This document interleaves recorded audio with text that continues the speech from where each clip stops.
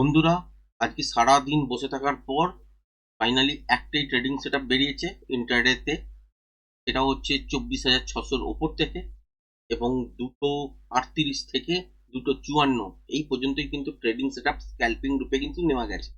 সেটা নিফটিতেই বলুন, ব্যাংক নিফটিতেই বলুন।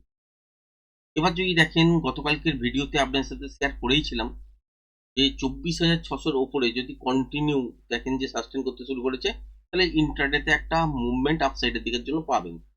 আর যদি না করে, লুপ বানানোর চেষ্টা করে এবং 24,600টাকে ব্রেক করতে না পারে, তাহলে কিন্তু তলার দিকের জন্য মুভ করবে। এবং আরেকটা লেভেল দিয়েছিলাম যে কালকের দিনে যে লাস্ট লো ছিল, সুইং লো, ঠিক এই জায়গাটা, এটা যদি বড় সড়ো গ্যাপ ডাউনের সঙ্গে খোলে এর তলাতেই সাস্টেন করে, তাহলে তলার দিকে। আর যদি ব্রেক না করতে পারে, তাহলে হচ্ছে কালকের দিনে যেমন গ্যাপ ডাউনে দেখেছিলেন, তারপর কি হয়েছিল, আস্তে আস্তে করে ওপরের দিকের জন্য ওঠার চেষ্টা করেছিল, সেই সিচুয়েশনটা দেখবে। এবার হচ্ছে বাজারের মধ্যে যুদ্ধ পরিস্থিতি তো এখনো ক্রমাগত চলছেই, কোনো পরিবর্তন নেই। মোটামুটি ক্ষয়ক্ষতি হচ্ছে, যেরকম যেরকম মোটামুটি দেখা যাচ্ছিল লাস্ট 3 দিন ধরে, সেই রকমই কিন্তু চলছে। এখনো পর্যন্ত অ্যাটাক চলছে। এখানে যদি দেখেন যে খুব বড় সড়ো কিছু ঘটে গেছে ঘটনা, সেটা পজিটিভ নিউজ যদি দেখেন, তাহলে কিন্তু বাজার খুব বড় গ্যাপ আপে খুলবে। আর যদি বড় সড়ো দুর্ঘটনার খবর কোনো কিছু আসে, তাহলে কিন্তু বড় সড়ো গ্যাপ ডাউনে খুলবে। এছাড়া বাজার যদি দেখেন, ওভারঅল কিন্তু অ্যাবজর্ব করার চেষ্টা করছে। কারণ এটা যদি লম্বা এই যুদ্ধটা চলে, তাহলে বাজার প্রতিদিনই এই রকম টাইপের রিয়াকশন দিতে পারে না। যেমন আমরা ইউক্রেন রাশিয়ার সময় দেখেছিলাম, প্রথম দিকটা টালমাটাল খেলেও তারপরে আস্তে আস্তে কিন্তু সামলে নিয়েছিল বাজার, এবং বাজারের ছন্দে কিন্তু কাজ করছিল। কারণ কি? কারণ হচ্ছে ইউক্রেন রাশিয়ার যুদ্ধতে ক্ষয়ক্ষতি তো হচ্ছিল, তাতে ইম্প্যাক্ট আমাদের মধ্যেও পড়ছিল, কিন্তু খুব বেশি পড়ছিল না। কিন্তু ইরানের সঙ্গে আমেরিকা ইসরায়েলের যে যুদ্ধ, এতে কিন্তু ইম্প্যাক্ট অনেকটাই পড়তে পারে। সেইটার অ্যাসেসমেন্ট যেরম যেরম মার্কেট বার করবে, আস্তে আস্তে কিন্তু নর্মালের দিকে ফিরবে। এবার এখনো পর্যন্ত যদি দেখেন, সেন্টিমেন্ট বেস ট্রেড হয়ে যাওয়ার চান্সেস কিন্তু আছে।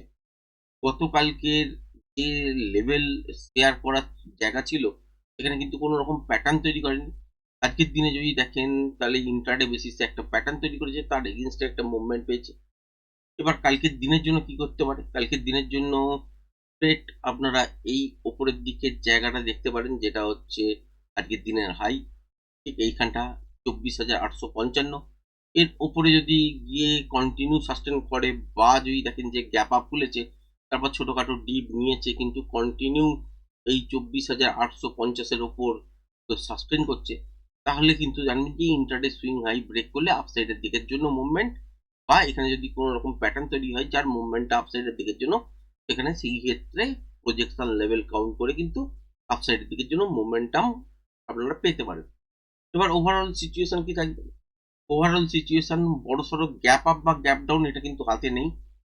কারণ বুঝতেই পারছেন যে এখন অলরেডি যুদ্ধ সিচুয়েশন চলছে।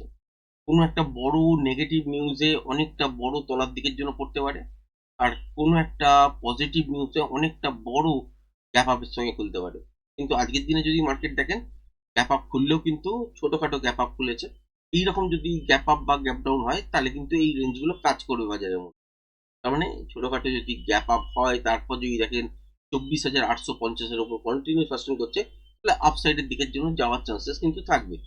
আর যদি দেখা যায় যে গ্যাপ ডাউনে খুলেছে, কিন্তু দেখলেন যে তলার দিকের এই যে সুইংটা আছে, ঠিক এইখানটাতে, যেটা হচ্ছে 24,529-30 এই জায়গাটা, এটাকে ব্রেক করেনি, আর তলা থেকে গ্যাপ ডাউন খোলার পর তলার দিকের জন্য বারবার আসছে, কিন্তু ইন্টারেস্ট দেখাচ্ছে না তলায় যাওয়ার জন্য, তাহলে এই সিচুয়েশন অনুযায়ী কি হবে? বাজার কিন্তু আপসাইডের দিকের জন্য মুভ করবে। আবার যদি দেখেন যে গ্যাপ ডাউনে খুলেছে, খোলার পর আপসাইডের দিকের জন্য বাউন্স হয়তো নেওয়ার চেষ্টা করেছে, কিন্তু সাস্টেন করতে পারেনি, বারবার তলার দিকে বেশিক্ষণ টাইম সাস্টেন করছে, তাহলে ইন্টারডে সুইং লো ব্রেক করলে তলার দিকের জন্য বেশ কিছুটা মোমেন্টাম আমরা দেখতে পারি, এবং এটা ইন্টারডে বেসিসেই হবে, এবং ইন্টারডে ফ্রেশ প্রাইস অ্যাকশন দেখার পরেই কিন্তু ডিসিশন নিতে হবে। আবার যদি দেখা যায় যে গ্যাপ আপে খুলেছে, কিন্তু 24,850-55 এই লেভেলটাই ব্রেক করতে পারেনি, তা সত্ত্বেও যদি দেখেন যে বারবার উপরে যাওয়ার চেষ্টা করছে, কিন্তু সাস্টেন করতে পারছে না, 50-55 এই লেভেলটা, তাহলে ইন্টারডে সুইং লো ব্রেক করলে তলার দিকের জন্য মুভ হতে পারে। এই সিচুয়েশন গুলো খেয়াল রেখে কিন্তু কালকের দিনে কাজ করতে হবে বাজারের মধ্যে। এবার যদি দেখেন যে ব্যাংক নিফটির ক্ষেত্রেও সিচুয়েশন তো একই, যুদ্ধ পরিস্থিতিতে নতুন কিছু বলার নেই। উপরের দিকে যদি দেখেন যে এই সুইং হাইটা ব্রেক করে সাস্টেন করছে, যেটা হচ্ছে 59,272, তারপর থেকে মোমেন্টাম আপসাইডের দিকের জন্য পাবেন। তলার দিকে যদি দেখা যায় তাহলে হচ্ছে এখানে একটা সুইং লো তৈরি করে দিয়েছে, যেটা হচ্ছে 58,500-তে। তো 58,506 এটা যদি ব্রেক করে গ্যাপ ডাউনের সঙ্গে করলে কন্টিনিউ সাস্টেন করে, তাহলে তলার দিকের জন্য মোমেন্টাম পেতে পারি। এবার যদি দেখি যে তলার দিকে গ্যাপ ডাউনে খুলেছে, কিন্তু 58,506 বা 500 এটাকে ব্রেক করতে পারেনি। গ্যাপ ডাউনে খুললেও তলার দিকের জন্য এসছে, বারবার ট্রাই করছে কিন্তু ব্রেক করতে পারছে না। তাহলে এই মুহূর্তেই আপসাইডের দিকের জন্য ঘুরতে পারে। কখন ট্রেড করবেন? তখন দেখবেন যে সুইং হাই ইন্ট্রাডে বেসিসে ব্রেক করেছে, তখন থেকে একটা মোমেন্টাম আপসাইডের দিকের জন্য পেতে পারে।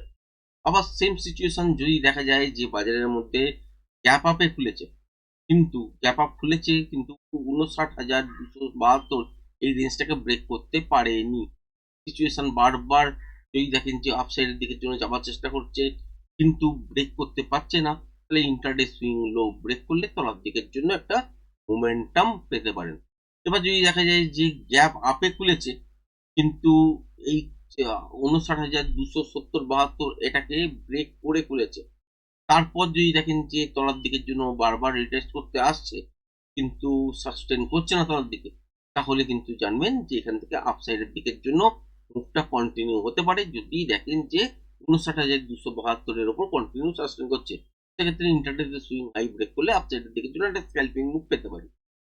এবার যদি দেখা যায় যে গ্যাপ ডাউনে খুলেছে আর 58,506 এই রেঞ্জটাকে ব্রেক করে খুলেছে এবং বাউন্স করেছে এবং উপরের দিকের জন্য সাস্টেন করতে চেষ্টা করছে কিন্তু করতে পারছে না, তাহলেও ইন্টারডে সুইং লো ব্রেক করলে তলার দিকের জন্য বা ইন্টারডে ফ্রেশ প্রাইস অ্যাকশন অনুযায়ী যদি কোনো রকমের প্যাটার্ন তৈরি হয়, তাহলে সেই প্যাটার্ন অনুযায়ী আমরা কিন্তু প্রজেকশন লেভেল ড্র করব, তারপরে পিআরজেড লেভেল সেট করব এবং ট্রেডিং সেটআপ চালু করব। আর যদি বাজারের মধ্যে প্রচন্ড বেশি নয়েজ আসে, যেমন আজকের দিনে মর্নিংটা যদি নিফটির ক্ষেত্রে দেখেন, তাহলে প্রচন্ড বেশি নয়েজ ছিল, ছোট ছোট মুভমেন্ট হয়েছে, অনেকেই ট্রেড করার চেষ্টা করেছেন, হয়তো কোনো সময় পয়সা পেয়েছেন, কোনো সময় হয়তো লসে চলে গেছেন, কিন্তু এই জায়গাগুলোতে ট্রেড করার কোনো জায়গা নেই। যতক্ষণ না ক্লিয়ার ইন্টারডে বেসিসে প্যাটার্ন তৈরি হচ্ছে, ততক্ষণ পর্যন্ত কিন্তু এখান থেকে ট্রেড করার কোনো জায়গা ছিল না। সুতরাং সেই জন্যই 2:38 সময়ে আজকের দিনে কিন্তু একটা ট্রেডিং সেটআপ অ্যাক্টিভেট হয় এবং সেটা 2:54 পর্যন্ত কিন্তু কন্টিনিউ মোমেন্টামের সঙ্গে পাওয়া গেছে। এখানে যা পয়েন্ট বাড়ানো সেটাই হয়েছে, এছাড়া কিন্তু নর্মালি কিন্তু কিছু করা যায়নি এবং এক্সপায়ারি ছিল বলে এই মুভমেন্টটা দেখতে পেয়েছি। যদি এক্সপায়ারি না থাকতো তাহলে কিন্তু সারাদিন এইরকম টাইপেরই নয়েজের মুভ দেখতে পেতাম, যেটা হয়তো কালকের দিনে এরকম দেখতে পাবো, একটাও হয়তো ট্রেডিং সেটআপ সেরকমভাবে বেরোবে না।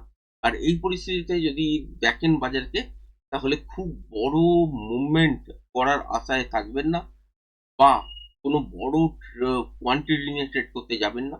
এখানে ছোট ছোট কোয়ান্টিটি নিয়ে ট্রেড করার চেষ্টা করবেন।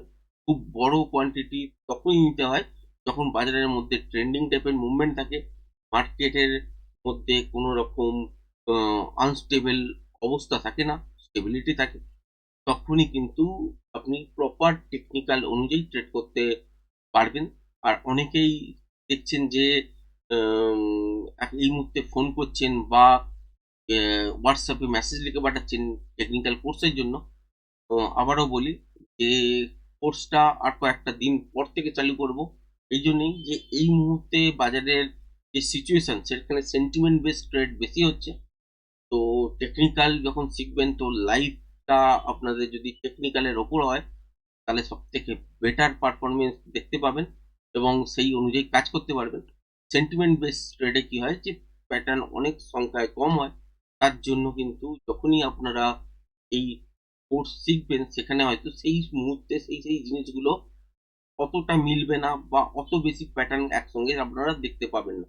তাই একটু ডিলে করছি, মার্কেটকে অ্যাবজর্ব করতে দিন, তারপরে কিন্তু এই টেকনিক্যাল কোর্স চালু করব এবং আপনাদের প্রত্যেককে ইউটিউবের মাধ্যমেও ইনফরমেশন দিয়ে দেবো এবং যারা যারা মেসেজ করছেন তাদেরকেও পার্সোনালি মেসেজ করে আমি জানিয়ে দেবো কবে থেকে শুরু। তো আজকের ভিডিওটা কেমন লাগলো কমেন্টস করে জানাবেন, যদি পারেন তো লাইক শেয়ার সাবস্ক্রাইব অবশ্যই করবেন। ধন্যবাদ।